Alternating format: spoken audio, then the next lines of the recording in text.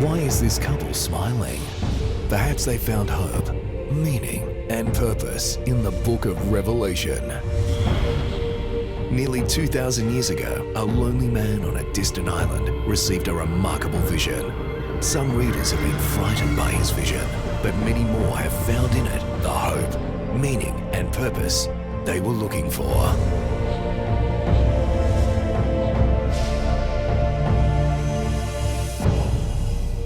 And now, here are your hosts, Dr. Jon Paulien and Dr. Graeme Bradford. Hi, I'm Jon. And I'm Graeme. And we welcome you to Revelation, Hope, Meaning, Purpose. Graeme, we're now in Revelation chapter 17. Bring us up to date. Okay, we're dealing here with Revelation chapter 17, and it's really like going back and identifying Babylon and what has been causing the problems. So here we have Babylon identified, and Jon, I think maybe we'll start off with your points that you have to, and then I'll finish up with some pictures. Okay. Yeah. We have a backstory to all of this, as we learned in the previous program, that the backstory of chapters 16, 17, 18, and even to the end of the book is the fall of Babylon, which occurred in actual historical fact and is described as well as prophesied in the Old Testament. In that story, a general named Cyrus, who's also an emperor, he comes from the east of Babylon, and he dries up the Euphrates River. It's an engineering feat in the ancient world. The river's dry.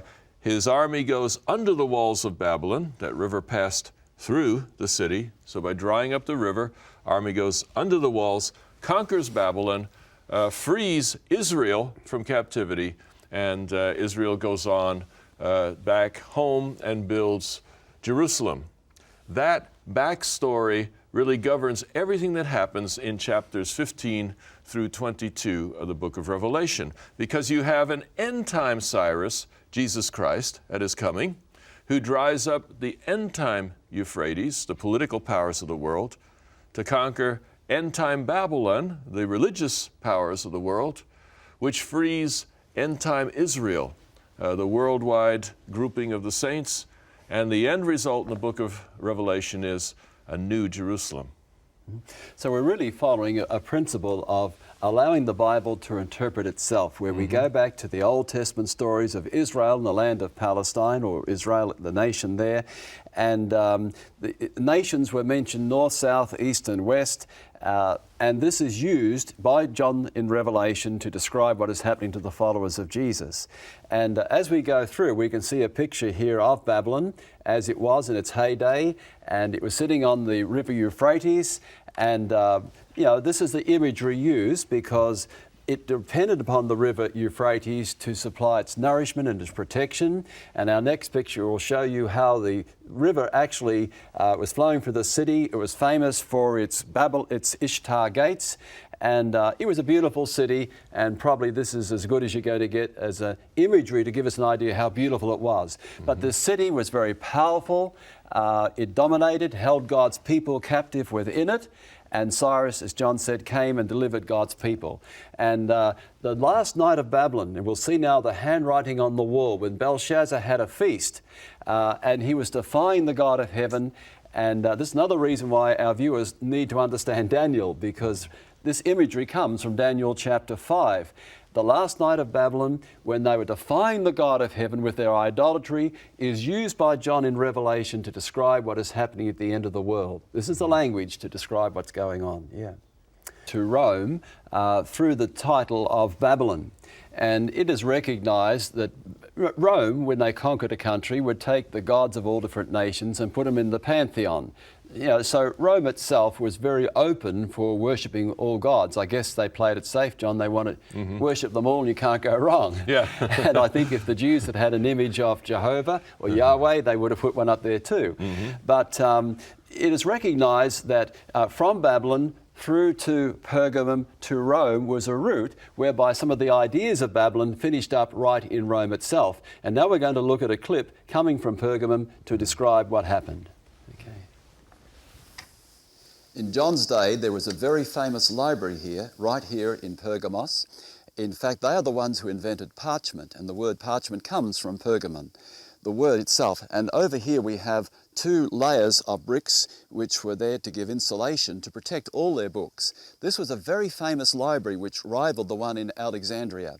In fact, it's now recognized that many of the ideas from Babylon came their way through to Pergamon and eventually across to Rome itself. It's like as if Pergamon is a bridge between the two.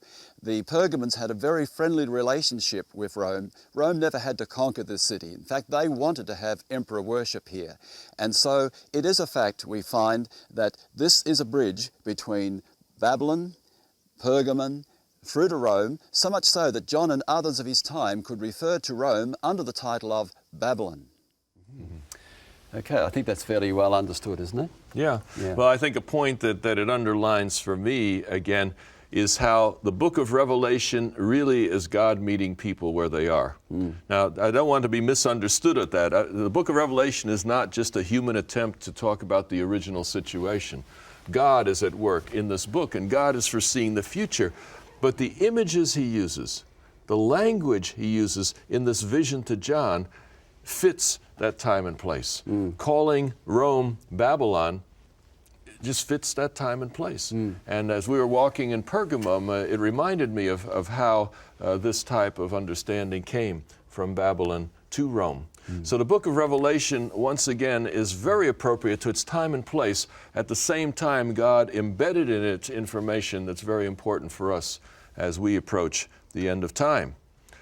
So let's go to chapter 17. And I think in preparation for what we're going to do with this chapter, it's a good thing to go right to the end. Sometimes if you go to the end of a book, you kind of get the picture of the whole thing. So in chapter 17, verse 18, we see, in a way, a summary of what's going on in this chapter. The woman you saw is the great city that rules over the kings of the earth. This is the sum and substance of the whole thing. There is a great city that rules over the kings of the earth. The great city in the book of Revelation is this idea of a dominating religious confederacy that controls even the political powers of the world. In much of the ancient world, religion and politics were so put together that you could say, in a sense, religion dominated the political sphere. We've seen over and over again how in the Middle Ages a similar regime was in place, at least during part of that time. At the end of time, very shocking thing, portrays the idea that a worldwide confederacy of religious institutions will somehow be placed in control of a world government. This is what the book of Revelation is pointing forward to. It's not a reality in the world today, but it is something that is coming according to the book of Revelation. So in chapter 17, verse 18, you basically have the image, if we could see that right now. The woman sits upon the beast. This is described as the religious authorities of the world dominating the political authorities of the world. That was true in John's day with the religions of Rome that so dominated the lives of the Christians and God's people, with the political power of Rome undergirding those religions to enforce the obedience that was so damaging to God's people.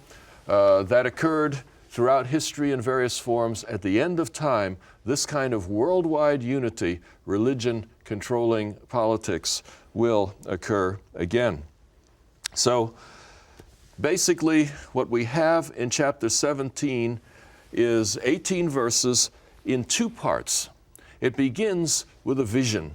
In verses 1 to 6, John sees a vision of this woman on the beast. Also, the woman is sitting on many waters. There is his vision part. Then, in verses 7 through 18, there's an explanation. It's very important to see the distinction. This happens frequently in Bible prophecy. In Daniel 2, for example, there is a vision of the history of the world in advance in the form of a statue or an idol. In Daniel 7, there's a similar vision of a series of beasts, and we've run into that a couple of times in this series of programs. In the vision, Daniel can go to the end of the world and come back. But in the explanation, he stays right in his time and place. This is an important principle. In chapter 17, we see this division between the vision and the explanation. That will be very important in the interpretation that we come to later on. When we return, we will come back to chapter 17, but now we're going to go verse by verse and see it in a little more detail after the break.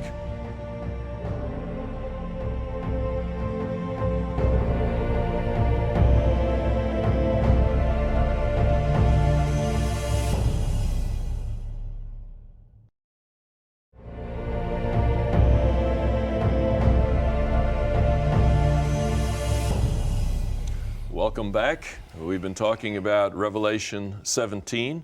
At first we talked about it in general terms in our last session. Now we want to get a bit more into the verse by verse detail.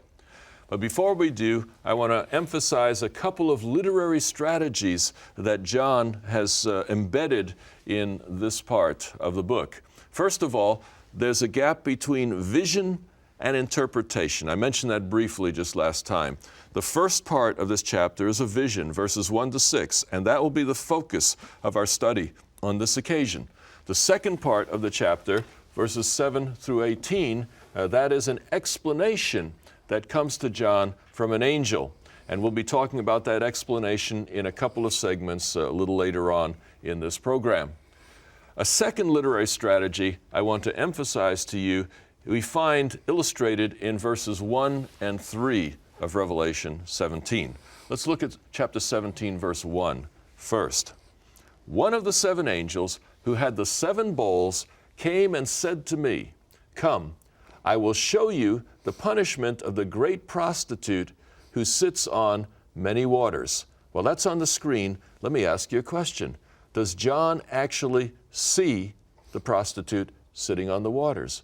No, he is told. So this vision begins with a comment, with an audition, as some scholars would say. John hears something as the vision opens up. Then look what happens in verse 3.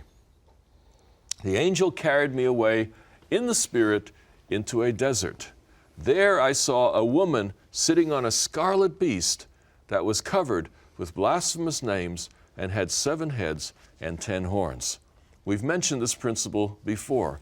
It's the principle of hearing and seeing.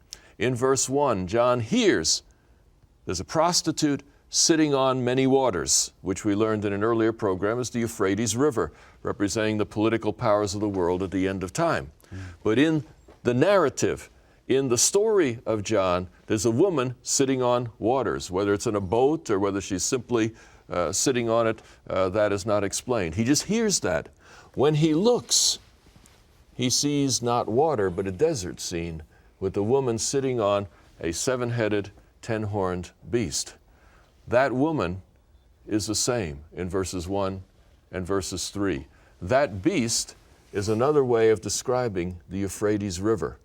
You see, John uses multiple images to describe the same thing. And when you begin to see that, some of this difficult material becomes a lot more clear. This book was intended to be understood, even though it is difficult for us.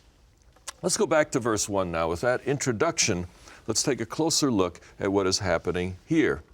The prostitute in this verse, first of all, is Babylon. We see that in verse 5, which we noticed in a previous program.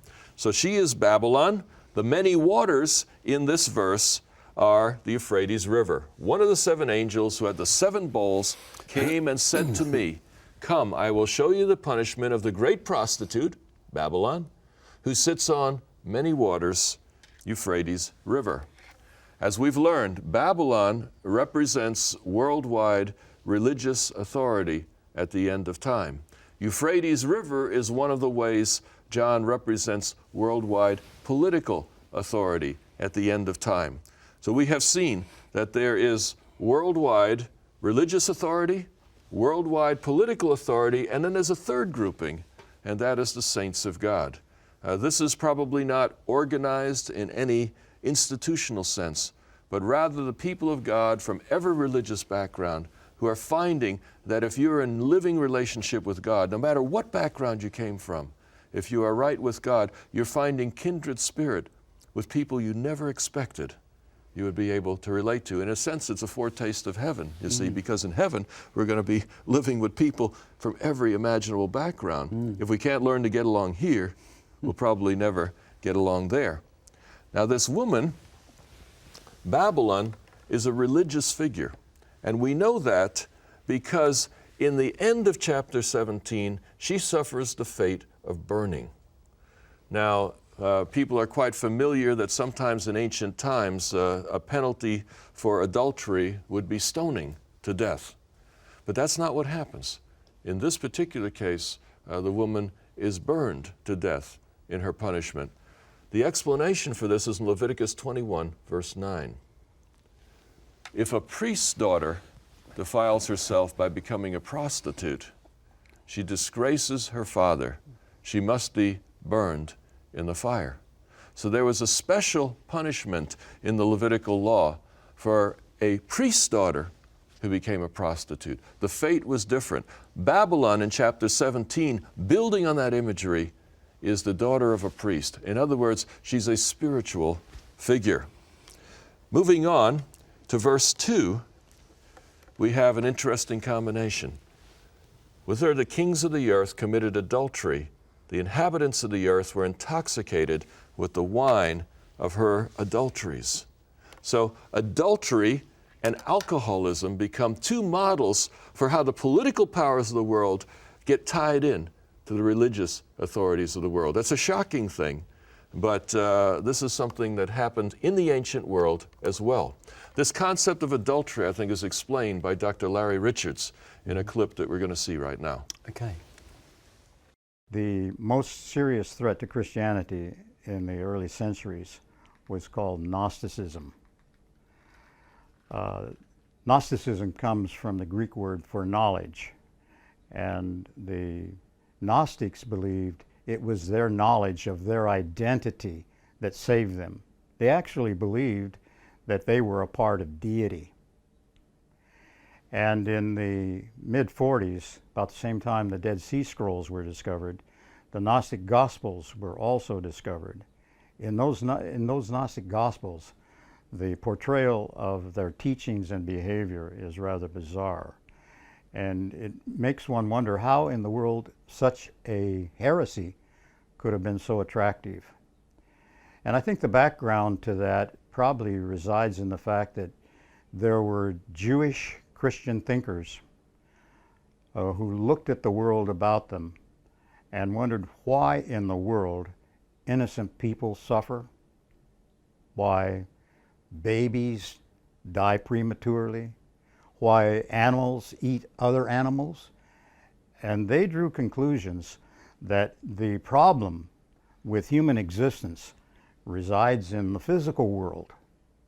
That's where all the problems are. And they concluded that evil then comes into existence from a God who created it all.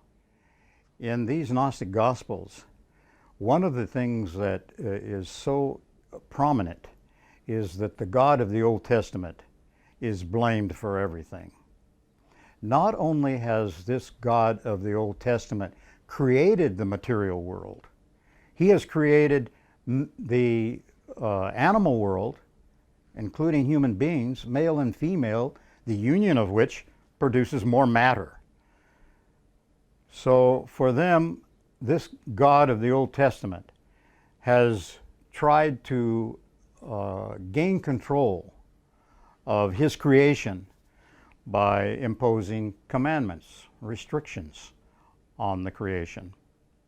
10 Commandments, for example, with their prohibitions to a large extent. Most of them are negatively expressed.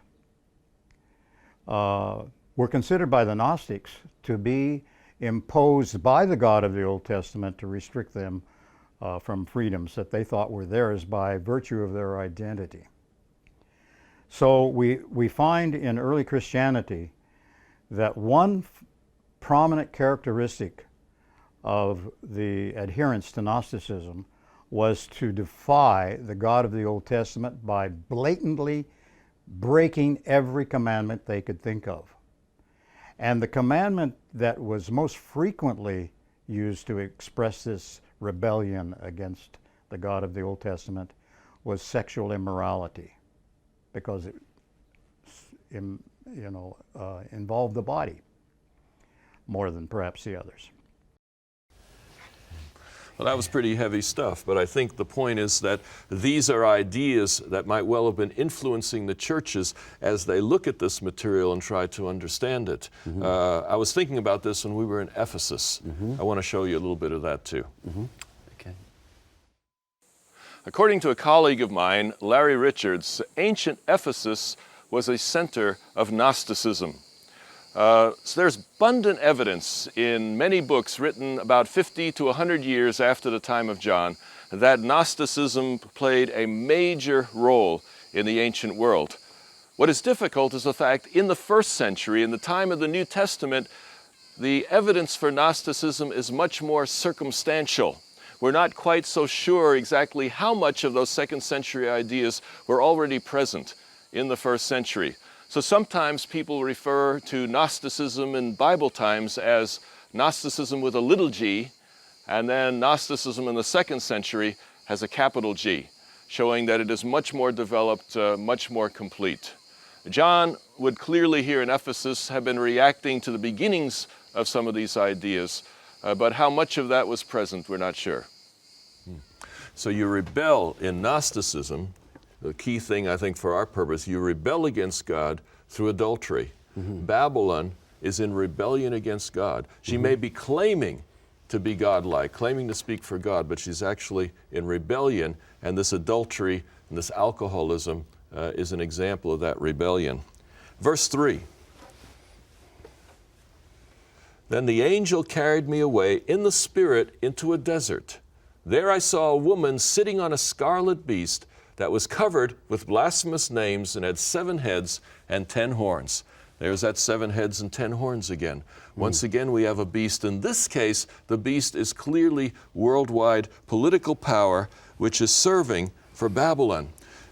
Religion, at the end of time, will come into dominance of the political sphere. Just like in Roman days, you had the Temple of Trajan, you had the Temple of Domitian, you had temples of Hadrian and so on, various emperors, which showed how religion was mixed together with the political sphere. That's the situation you have here again at the end of time. And this is the norm, though, isn't it? Yeah. It's normal to have religion dominating politics, and this is how Daniel got into trouble when he was in Babylon, and this is how it was through the Middle Ages, and the uniting of church and state really was led to the Dark Ages. So we're looking probably now at a time in history where it is significant that church and state are not normally united, therefore the woman is riding the beast. Yeah, the picture here in Revelation is a picture that would be out of the norm for today's world, at least in most of the developed world today. We learn one more important thing about Babylon in verses 4 and 5. The woman was dressed in purple and scarlet, was glittering with gold, precious stones, and pearls. She held a golden cup in her hand, filled with abominable things and the filth of her adulteries. The title was written on the forehead, Mystery, Babylon the Great, the mother of prostitutes and of the abominations of the earth. Here we have a description of this woman, and artists, of course, have in various ways tried to render this. This woman here, in many ways, is dressed like the high priest of ancient Israel. If you study the Old Testament, the high priest had saying written on his forehead, holiness to the Lord. He was dressed in purple and scarlet robes, was covered with many, many different jewels and precious stones. There's so many connections here. This woman is connected to the high priest of ancient Israel.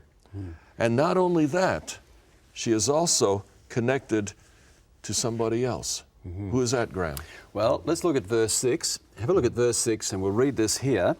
And in verse 6 it says, I saw the woman was drunk with the blood of the saints and the blood of those who bore testimony to Jesus. When I saw her, I was greatly astonished. And I guess, John, we would say here, well, why is he so astonished? Why is he so astonished? Because I think the next image is going to show us why he's so astonished. Last time he saw a woman out in the desert, it was this woman. This was the followers of Jesus. But now out in the desert, he sees this woman has undergone a change. And here are the professed followers of Jesus at the end of time. And, how different. Yeah. How different it is.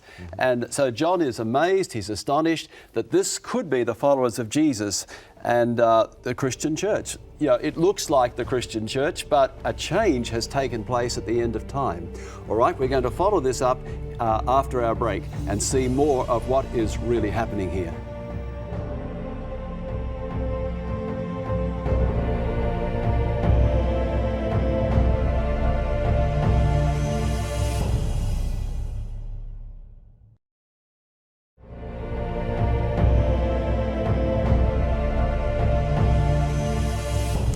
Welcome back.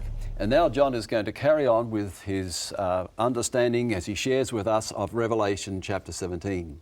We're coming to the next part here, Revelation 17 verses 7 to 18, which are an explanation of the vision that he has just had. The vision of the woman on the waters, the woman committing adultery with the kings of the earth, the prostitute sitting on the beast, and so forth. It's the same woman throughout. It's the same political entity throughout. The vision is portraying an end-time union of religious institutions and political, military, economic institutions. Something perhaps that has never completely happened before in Earth's history, a worldwide union of all of these things.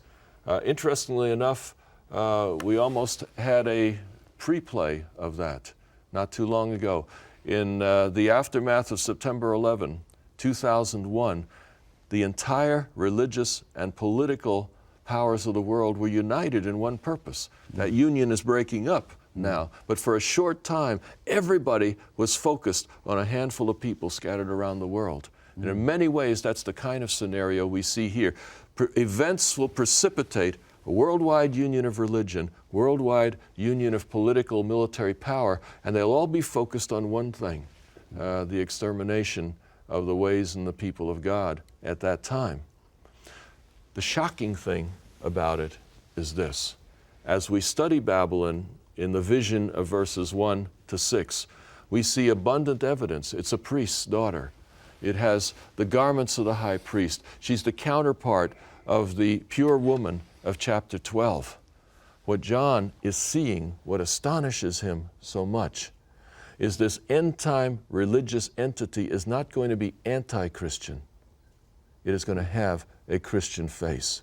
Simply to be affiliated with a Christian institution is no safety as you approach the end of time, because the reality is there'll be a worldwide union of institutions with a Christian face that will be the great threat to the work of God at the end of time. That's not something I want to make up.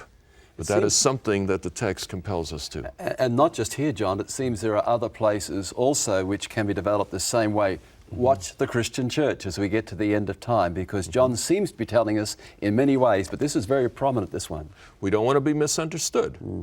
It isn't that John is saying that to be a Christian is worse than any other religion. He's simply being real with the way things are. The reality is, as you look through Christian history, when Christianity and political power get together, great damage can be done. Any Muslim will tell one that, because if you go back to the Middle Ages, you can see what happened at that time, the tremendous harm that came both ways when religion and politics got mixed together. It's a bad mix. At the end of time, that mix will be even more dangerous, is what these texts are telling us. So now John comes to the explanation of the vision, and frankly, folk, this is one of the two most difficult parts to understand in the book of Revelation. I once held a doctoral seminar with 5 students. They spent the entire quarter studying Revelation 17, 7 to 11, and concluded at the end of those 3 months that they were all less sure of where they were when they started. So we want to say, as we go through this, I'm going to give you what I think we do know about this text, but I think there's much about this text perhaps that will only become clear when these events actually work themselves out. So Graeme, why don't you get us into the text? And we would start with Revelation 17, verse 8. Sure, John, and I'm so glad you're here to work with this one for us. All right, I'm very happy to read the text anyway. Revelation 17, verse 8. The beast which you saw once was, now is not, and will come up out of the abyss and go to his destruction. The inhabitants of the earth, whose names have not been written in the book of life from the creation of the world, will be astonished when they see the beast, because he once was, now is not, and yet will come. Well, so John. This beast comes up out of the abyss, Right. Out of relative obscurity, Yeah. which reminds me of the beast of Revelation 13. It has one of its heads that is wounded to death, so it goes to obscurity, Okay. and then it is resurrected at the end of time to act once more. Okay. So you have here a connection there. Here is a beast coming up. In the past, all of the political powers of the world also had religious connections. The two were always together. This is something different. Here is a beast that represents political power to be united again with another character who represents religious power. So this is something new in the course of our history here toward the end of time, that religion and politics will once again unite. Our current situation, as you've said before, is relatively new in history, and it isn't going to last forever. Let's go to verses 9 and 10, where things get really dicey. All right, you want me to read that again? Oh, absolutely. Okay, verses 9 and 10. This calls for a mind with wisdom. The 7 heads are 7 hills on which the woman sits. They are also 7 kings. 5 have fallen, 1 is, the other has not yet come, but when he does come, he must remain for a little while. You notice in this text that you have again multiple images for the same thing. The woman is sitting on 7 heads. The 7 heads are also 7 mountains. The 7 mountains are also 7 kings. You see, so he's using a variety of images to describe essentially political power in support of religious authority at the end of time. Now, some people have suggested, oh, this is the ancient city of Rome, because the ancient city of Rome is on 7 hills. Well, we can explore that idea. The ancient city of Rome is actually built on 7 hills, and hills and mountains can be the same word in the Greek, but in Revelation, these 7 mountains are not there at the same time. They are consecutive. In the text, we notice that these are consecutive. We have an illustration of that. The heads are consecutive in that 5 are past. Right, fallen. Yeah, Now past, remember, yeah. in an explanation, John is getting it in his time and place. 5 are past. In John's day, 5 of these Old Testament superpowers are already in his past. The current one, the 6th head, would be the Rome of John's day. And then the 7th head would be the Rome that is yet to come, which we have seen is associated with the Middle Ages. So we have these 7 heads. They are consecutive. That means this is not talking simply about ancient Rome. It's rather talking about the world's political powers that have always in the course of history been tied to religion, and so it will be the case at the end of time as well.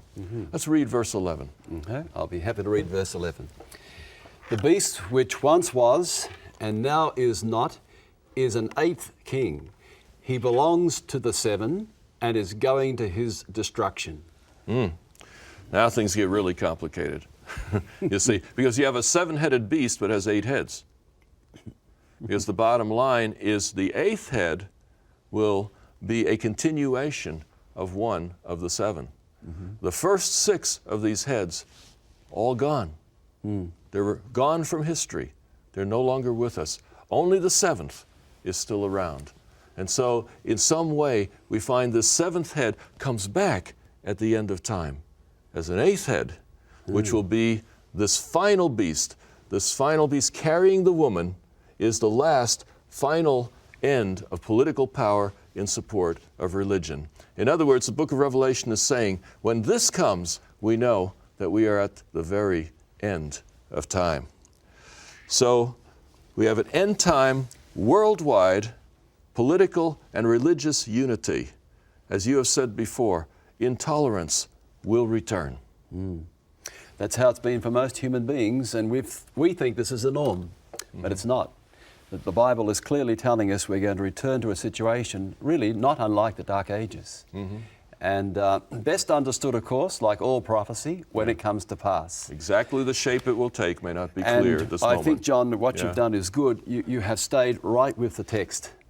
You have not gone out there and tried to pull in ideas and superimpose them, which often people are tempted to do. Stay with the text. This is what it's saying, and then we will have to remain with the content with the fact, best understood in more detail when it really comes to pass. All right, we're going to have a break now, and when we come back, we'll keep working with this one.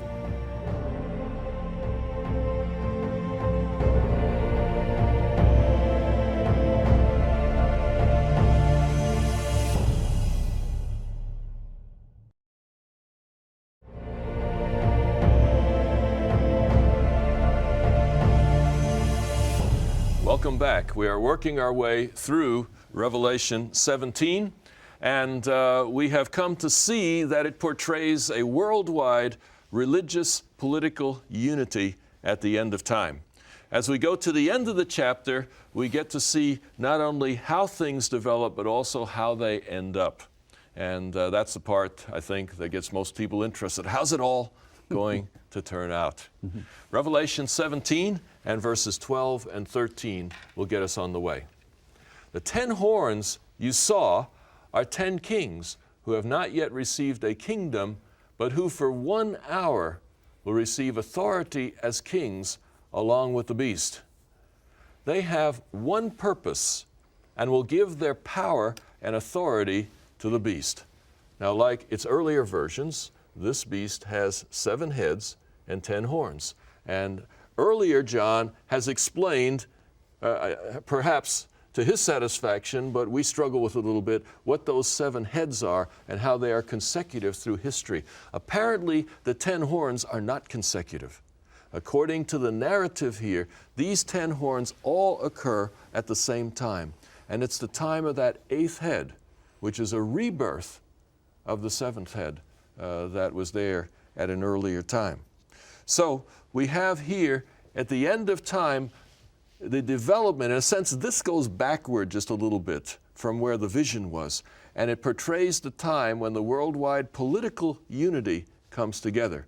You see, you have 3 worldwide confederacies in Revelation 16 and 17. You have a worldwide confederacy of the saints, the faithful people of God, not particularly organized institutionally and so on, but in faith, reaching out to God and reaching out to each other. You also have a worldwide unity of religion, religious institutions who are in opposition to what Revelation calls the saints or the remnant. And then you have a worldwide unity of political power. That's the context for Revelation 17. Here we see how the political unity comes together. You have 10 horns. Each of them are called kings. In other words, these are major powers in the world. When they come together, when they unite, when they give their power to the beast becomes this worldwide political union. Who are these 10 powers? Certainly, that's one thing that we should watch for as we look ahead. We should not expect to really know them ahead of time, but I can think of 2 analogies in today's world. One of these would be NATO. Certainly, any military power who would want to control the world would have to include NATO. NATO by itself is far more powerful than all the political military powers of the rest of the world. Similarly, in the economic realm, there's a group called the G8, and this is the major economic powers of the world. If you want to control the economics of the world, you have to have the G8. You see, together they have economic power far exceeding all the other countries of the world combined. So there's a couple of examples. At the end of time, there's going to be a desire to pull together a worldwide political unity, but it doesn't happen until a major, powerful subgrouping of nations finally gives in and joins in the worldwide unity, and then you have a worldwide political unity. How does this whole thing end up, Graeme? All right, John, I appreciate your staying with the text. It's a temptation often to move away, but you stuck right with it, and I appreciate that greatly. Revelation chapter 17 and verse 14, I think, is worth reading now as a follow-through. They will make war against the Lamb, but the Lamb will overcome them, because he is Lord of lords and King of kings, and with him will be his called, chosen, and faithful followers. So really, here is this war taking place again, which we saw earlier in Armageddon. And it's important to notice that with Jesus, when he comes literally, as stated in the Gospels, he comes with his angels. But in the language of symbolism, as we find here in Revelation, when Jesus goes to battle, he has his followers with him. And this gets back to the great controversy theme we've often spoken about, the military language to describe God's followers and those who are on God's side. You know, we are like his spiritual warriors. Those who live through at the end time are like 144,000 troops ready for battle. And this is a language of revelation to be taken, understood spiritually, of course, because the battle is spiritual. But this helps us to understand a little bit about Revelation 16:12, Armageddon, when we have the kings of the east, or literally kings from the land of the rising of the sun coming. These are the kings, because Christ's people are kings and priests. And when you accept Christ, you are a king and a priest. And so when Christ leads the armies of heaven in Revelation 16:12 with the Battle of Armageddon, he leads the kings of the east. This is the language of symbolism. And then again in Revelation chapter 19, we find that Jesus comes riding on a white horse, leading the armies of heaven, and they are clothed in white raiment. We go back earlier in the chapter and we find that the followers of Jesus called to the marriage feast are given white raiment, which is their righteous deeds. And John, this is interesting, isn't it? The righteous deeds of God's followers who are faithful to him, God takes these deeds into battle. Every time we sacrifice on behalf of Christ, every good deed we do as a result of having received the gospel and the good news in Jesus. This is not legalism. We get our salvation by a free gift, don't we? Sure. And we respond with a love response. But these love responses grow out of having received salvation. God takes these into battle. I think that's exciting. I can imagine, though, there might be a few of our viewers that might be a little bit tired of the military imagery at this point. And so I do want to point out that there's a second line of imagery in this part of Revelation, and that is actually a female imagery. And maybe God is showing it both ways so people can understand. Because the contrast is not just military. There's a contrast between, on the one hand, the prostitute, and on the other hand, the bride of Christ. You have a unity on the one hand, the prostitute riding the scarlet beast. And that is the union of institutional religion with the political military powers of the world. On the other side, you have the bride of Christ, the pure virgin bride, in contrast to the prostitute. And so these also are images encouraging us to faithfulness to God, not to seek other relationships outside of our relationship to God in Jesus Christ. How does this all end up? Verse 16 will take us there. Revelation 17, verse 16. The beast and the 10 horns you saw will hate the prostitute. They will bring her to ruin and leave her naked. They will eat her flesh and burn her with fire. Here's the shocking end. This union between politics and religion doesn't last long. But eventually, the political and civil rulers of the world come to realize they've been duped. They've come to realize that rather than serving God, rather than serving Jesus Christ, in serving Babylon, they are actually serving the enemies of God. And when they come to realize that, the political powers of the world come to hate the prostitute, come to hate Babylon, and in the end, Babylon, the religious unity, is destroyed by the Euphrates River. The drying up of the Euphrates River in chapter 16:12 represents this turn of mind. You see, the enemy powers there in the plagues gradually come to realize they're fighting against God, but they still hope they can win. But when they see that Babylon is not going to win, that they've been deceived, that they're now on the losing side, they turn upon Babylon with fury. That's the symbolism of the drying up of the Euphrates. Here, it's described in more literal terms as the political powers of the world turning on Babylon and destroying her.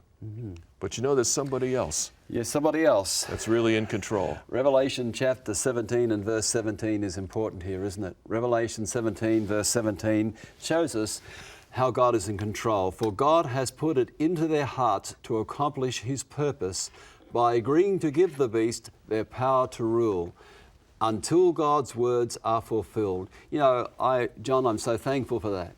On earth it won't appear that way. Yeah. It'll appear very grim and very dark, but this text is telling us that God is sovereign and He is Lord.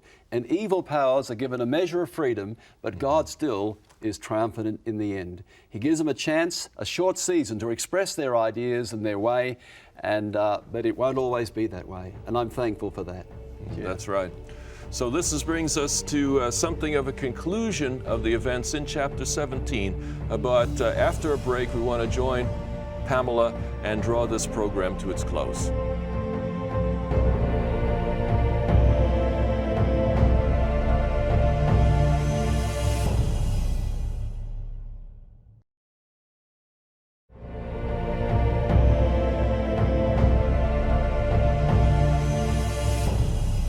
Welcome back now to our comfortable chairs and joining Pamela for her perspective on these things.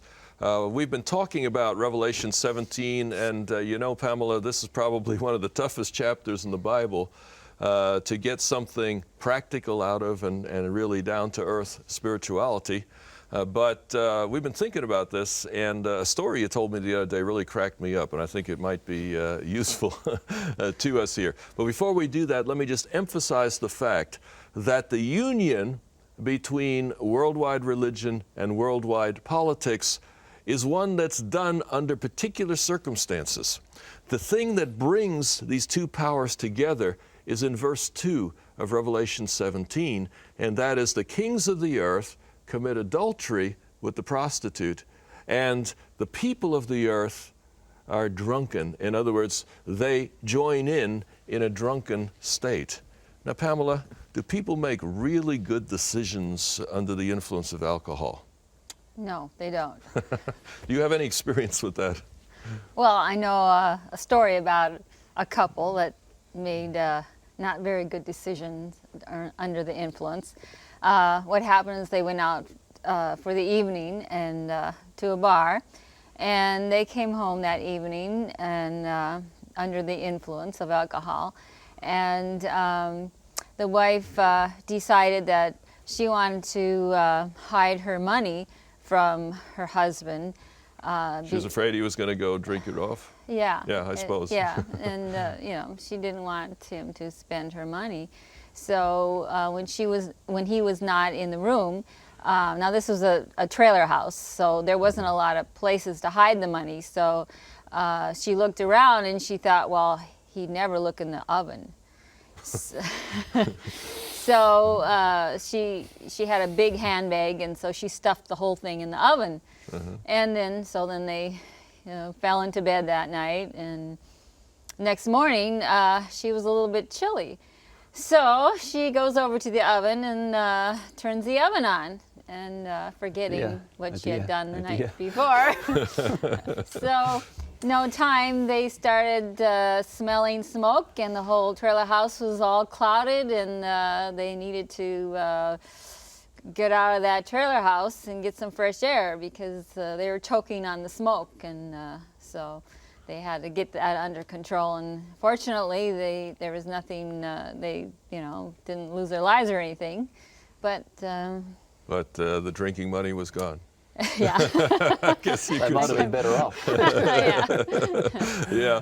I really enjoyed that story, and I think that comes together here with the book of Revelation in the sense, and perhaps that can be a practical point for us.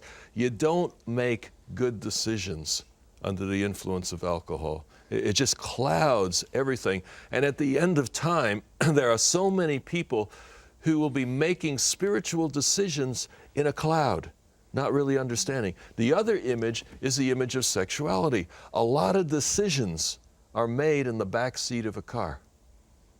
And when that passion wears off, the results of those decisions you still have to live with, you see. So alcohol and illicit sexuality are two examples of things that get human beings into a situation where they make bad decisions. Now, the image there of the kings of the earth, in Revelation 17, they commit adultery with the prostitute.